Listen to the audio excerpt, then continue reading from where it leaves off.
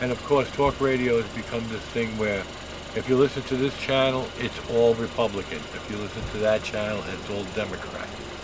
You know, so I don't know. Yeah, well, I think the talk radio stuff's so important because it's like the narrative, like people used in LA. I went out there recently, Right. and they have a For the People radio station. Oh man, yeah. You know what I mean? Coming out of Berkeley, probably. Yeah. So, but like that's why I listen to cats like Jim Cornette on YouTube.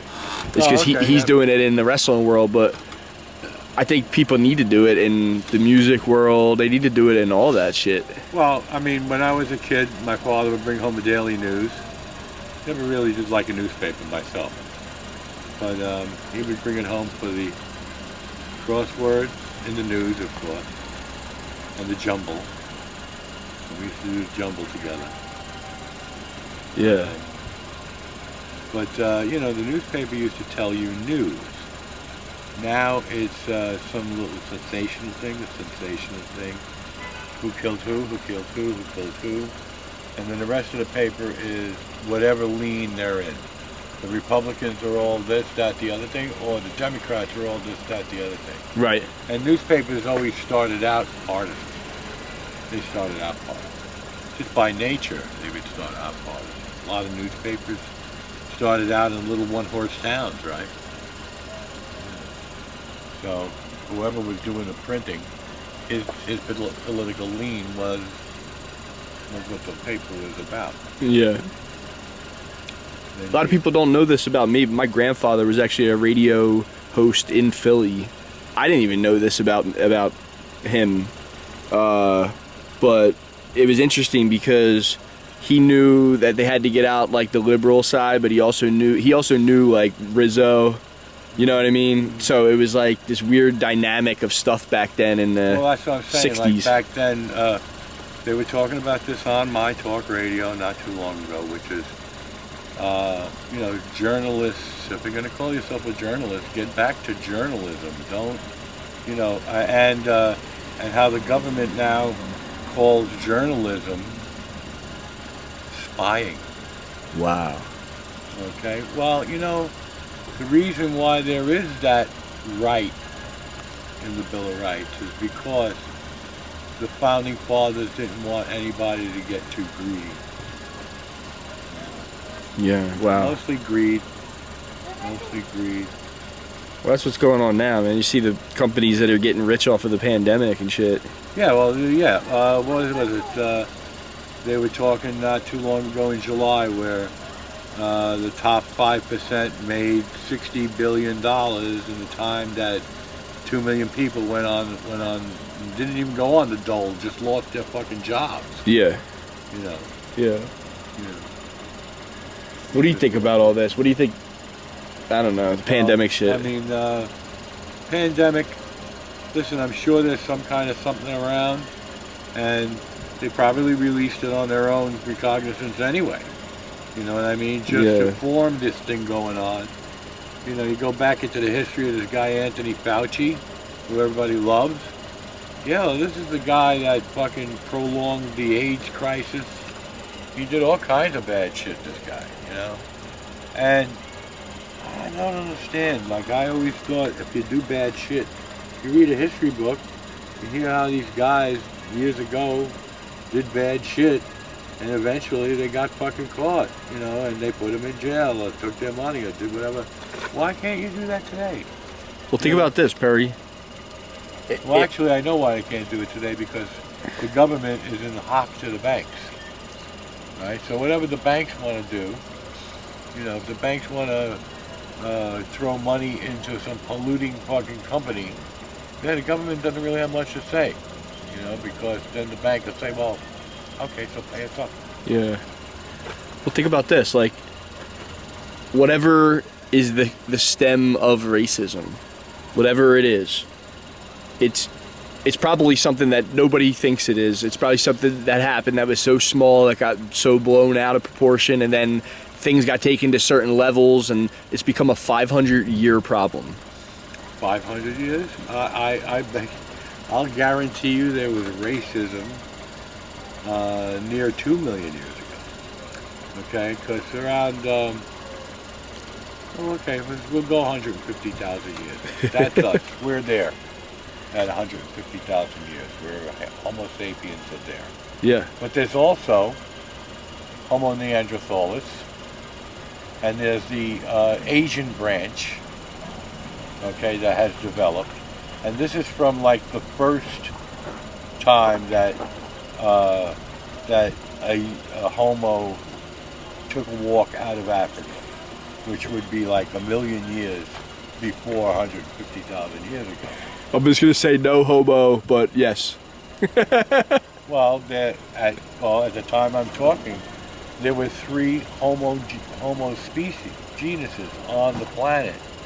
I don't know if they could mate together, but the one that spread across the planet and eliminated somehow all the others, whether by bucking them into the tribe or by just killing them outright, is Homo sapiens. So say that one more time, just so I understand. When Homo sapiens, at 150,000 years ago, Homo sapiens was coming out of Africa. In Europe already was Homo neanderthalis. In fact, they were in the Middle East, which is what blocked Homo sapiens from coming out of Africa for a long time.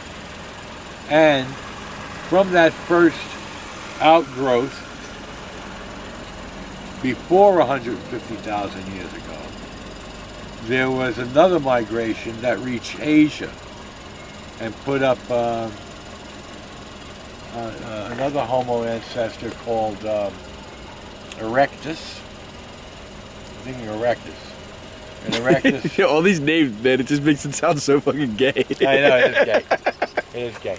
Well, you got to remember that these things were all coined when the Greeks were around, so the Greeks are pretty gay. Outrageously gay. Outrageously gay. And there's this corner in Westchester, Pennsylvania, where we play music at, and it's at the corner of Gay Street and Church Street, so we just call it Gay Church. Gay Church. The Gay Church. Yeah, you don't see many of them around. Right? I thought it was so punk rock when I heard it. I was like, that's such a good... I'm pretty sure there's got to be a gay church. I mean, mostly churches, everybody can go to a church. So anybody in the neighborhood going to the church will go there. So you couldn't call it a gay church. But it'd be interesting church for people that are... To see that... Homo erectus. Homo erectus. Ooh, and what would the sacrament be with them on their knees? Instead of giving the sign of the cross and saying body of Christ, you could say kneel and bow. Kneel and bow. Well, okay, we were talking about Jocko earlier. Oh yeah. What do you think, man? Like, if you had to say anything about the man, what would you say? Well, he's a tragic figure, isn't he? Yeah. I've seen him play.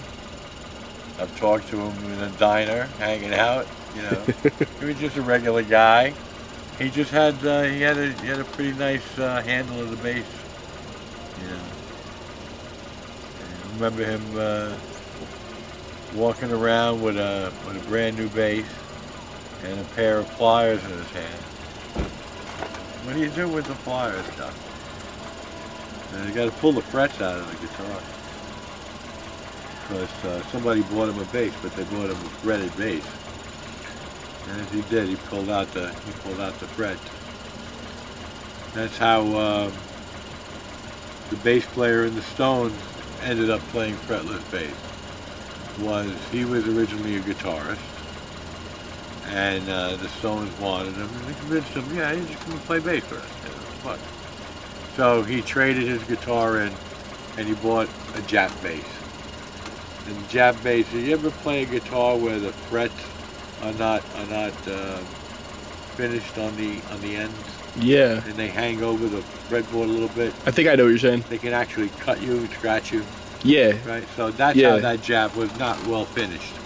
That's how that jab bass was for him. Oh, okay. So what he did was he took the pliers and he pulled the fucking frets out and started playing with just a fretless bass. Yeah. And it had the lines there, so he could, you know, eventually he became a proficient fretless bass player. You know? Yeah. Yeah. What do you think, like, just from being like somebody who knows the city and like kind of the kind of, I don't know, the street like route that he went, how do you think that all went down? Well, you know, I don't even remember where he actually comes from, but I don't think he was a... Well, he's from Norristown, PA. Okay, see, so he's not a New York City guy.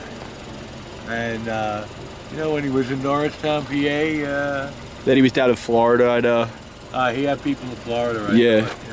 Yeah. So, you know, he came to New York because he wanted to make it. You know, like everybody who is in New York wants to make it. And, you know, he knew he played better than other people. He knew he had a different hang on it, you know. And, but he wasn't like, you know, he wasn't like a proud guy like that, you know. Where he's like, you know... Like he kind of kept, like... He was a street kid. Yeah. I don't know where he grew, or how that place was. Where Norristown's rough, dude. But he was a street kid, you know. Okay. Very comfortable on the street. Yeah. You know, where, you know, on Bleecker Street at the time, I guess we're talking late 70s. Yeah, late 70s. Bleecker Street at the time, even when there was a lot of people and things, you could go underneath, you know, you could go like right next to a building and just squat there, you know, and just hang. You know, and that's what he did. And he used to like sit on the street and play guitar. Right? He'd be playing the bass, no amplifier, nothing. And you could hear it.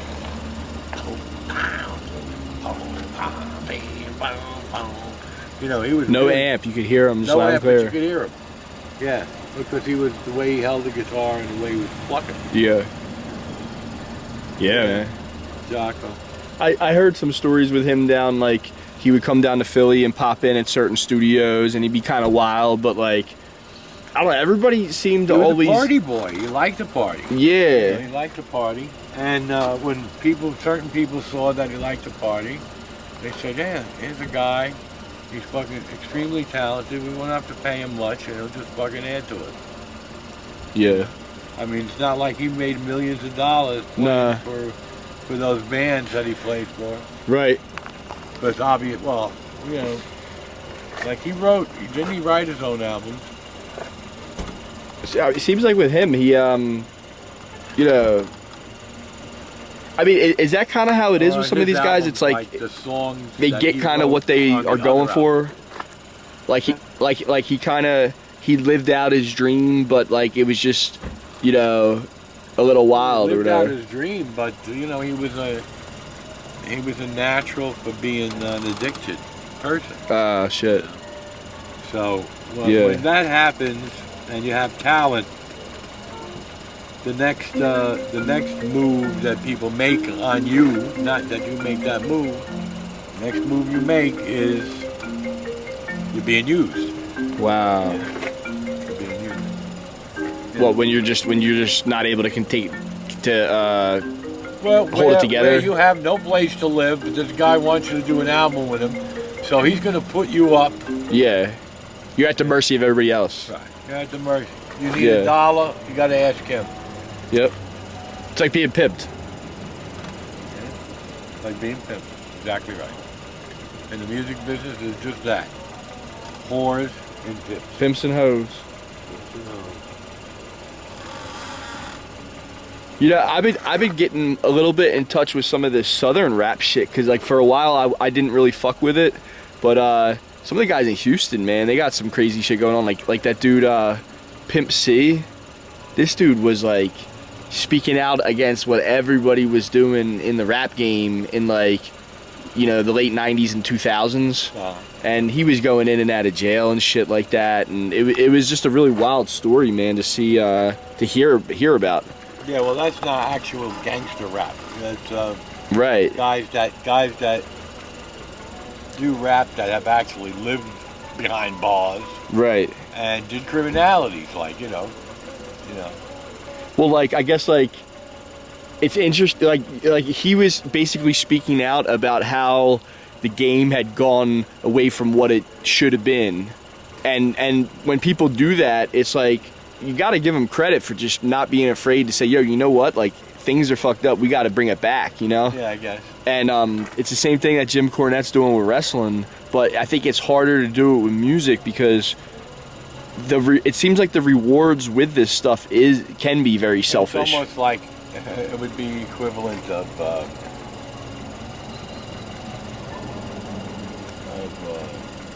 bringing back the gay 90s era with Clancy would dance with the strawberry blonde and played on.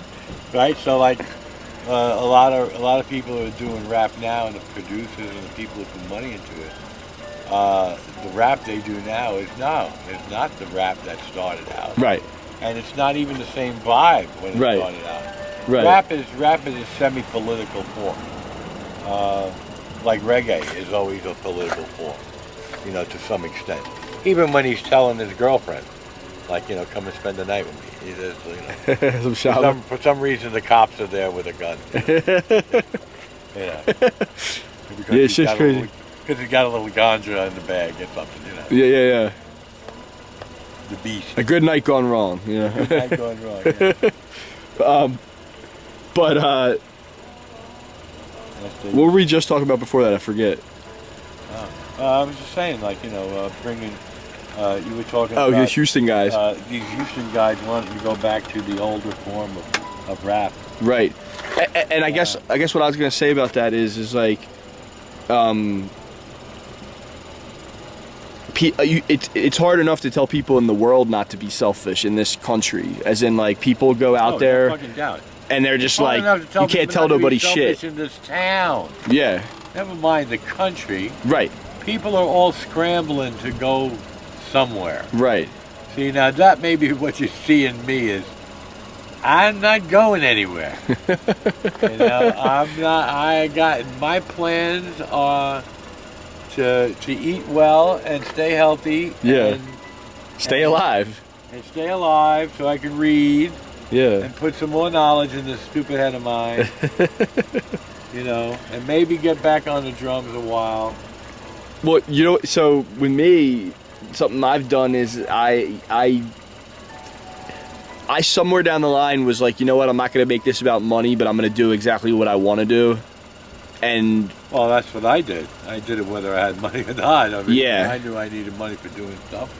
And that's right. What got me into driving taxis and stuff was an easy job to jump in and out of. Yeah. You know. I think people expect a lot when you give a lot like that, and it can be unrealistic. Like Dancing Lady Laura thanked me the other day for a couple of videos, and I was like, you gotta understand. I was like, you're the only person in the last 5 years that has been like, yo, thank you so much. You know what I'm saying? Yeah. The appreciation factor. Well, you know, Laura is a funny girl. That whole chipmunk thing is. Yeah. Well, she's funny to me. She's throwing the paint against the wall. Right. Yeah. You know. It's like, there's a guy. Who was that guy with the blobs of paint? Oh, they just throw the shit on the wall or whatever, like. Well, no, there was what the fuck is his name? This guy did art during the late 40s into the 60s, and that's what it is. It's all blobs of paint. Yeah. And drip. I can't think of his name right now, but I've seen his artwork, and it's got texture. Because I'm talking about blobs of paint, you know. Yeah. Thick blobs. I was about to say, man, I hope that car doesn't just ride right into there. No, that's Randy.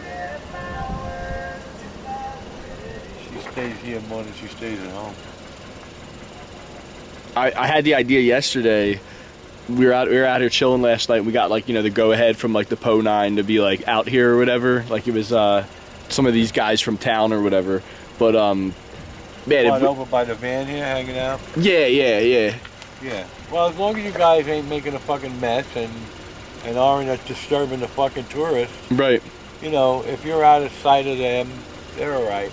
Yeah, they were cool last night. So, I was thinking about it. Like, what if we had like a couch over there with like? No, that won't happen. You don't think? No, somebody tried that. Oh man. Somebody tried that. A couch and a boombox would during be the set. summer. Yes, you can't do that either because now, if they can hear you, Yeah. there's the complaint, Okay. right? So What about a TV? you know, it'd be good to have the car, you know, playing a little music. Yeah. Yeah, but you can't make a fucking like, you know, a tailgate party out of it. You know what I need out here, man? Is I need like a shack.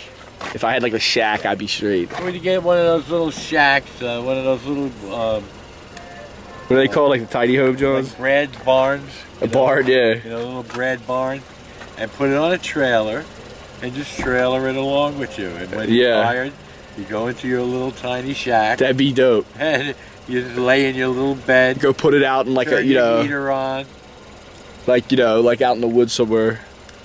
Oh, in a parking lot, Yeah. just like that. Well, you know, people have small travel trailers they do that shit with. Have a bong, you know. Somebody had a bong last night, and I was like, dude, I haven't even smoked bong in like 5 years. Oh wow, bong. Yeah. It's like an ancient form. Isn't it, dude? Dude, then what is happening here, man? Like, this is what's driving me nuts in the world is my generation has gotten left behind, but at the same time, it's what's missing in the world. Like we need a couch over there. We need a TV. We need a bong. You know what I mean? Yeah. I'll bring that up A at the next town meeting. Town meeting. Yeah. Hey, we know we need. We need a couch, a bong, and a boom box. And a TV. Yeah, and a TV. And then we're straight. We don't need nothing else. And the town should pay for the cable. Yeah, man. It's crazy to see, dude. It's and then, you know, it's like with the millennial stuff. These guys out here like. It's like trying to get the porno channel on. Fucking kidding me?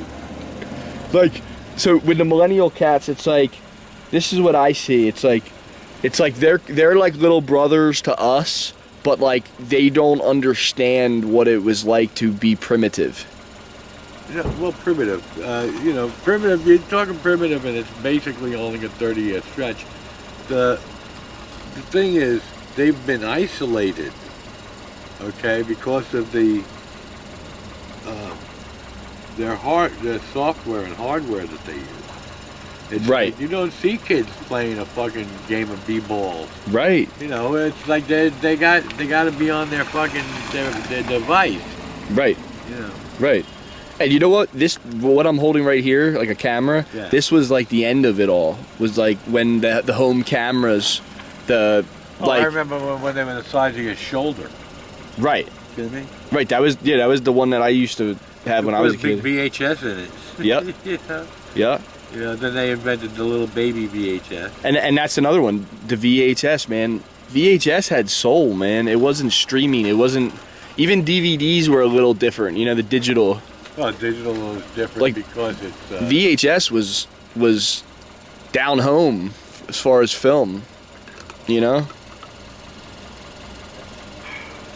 But that's Well, what I'm saying is like I guess it's like maybe I need to step in as a person of that generation and fill in those gaps. New baby. Yo, New baby. What's up? good. Where are you going?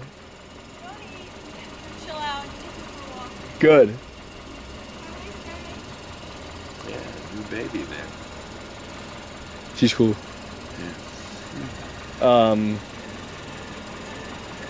I don't know. It's you know, things go in cycles.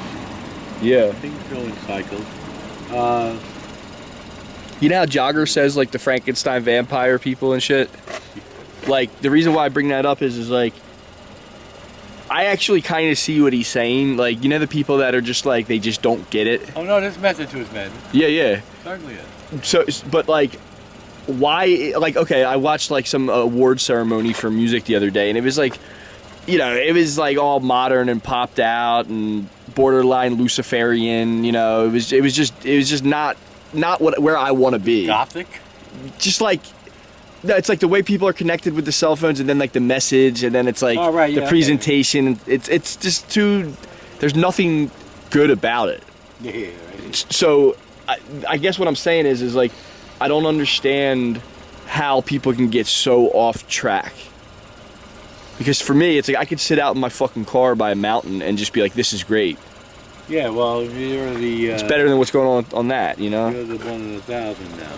It's the thing about this whole device system is isolation and control. You know, that's what it's about. Isolation and control.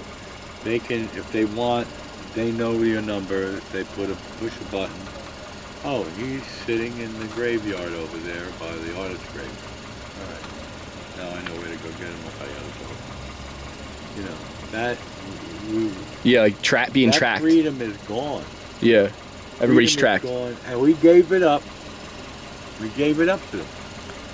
You know, originally they didn't track phones. Right. You know, Yeah, it was but then illegal. They developed. It's like spying. Well, you know, got to remember all of this thing, the internet and all these phone system and all that shit. It's all military. That's who invented it. Right. The military Right. invented it, and they invented it for just that reason, so that eventually everybody would be subject to having one of these things, and they could put their finger on you when they want to, you know, for whatever reason. Yeah. An inoculation, and then chipping. Yeah. You know, and then chipping. And that's it. They're not even lying about it now. They're telling you that when that inoculation goes in you, yeah, there's a chip in there that's going to tell us what's going on with you. Okay? And, you know, that chip could be a lot more than just that. You know. They haven't reached the atomic size in chips yet. They're at the molecule size. You can even make molecular machines. That Neil Young I hear. Could be. It sounds like. Is your car running? Huh? Your car running? Yeah. Why? It's been here like an hour. Yeah, you're right. Why you letting it run? I don't know. I'm gonna turn it off. Yeah, I would think so. All right. Yeah, I think I'll do that right now. Yeah.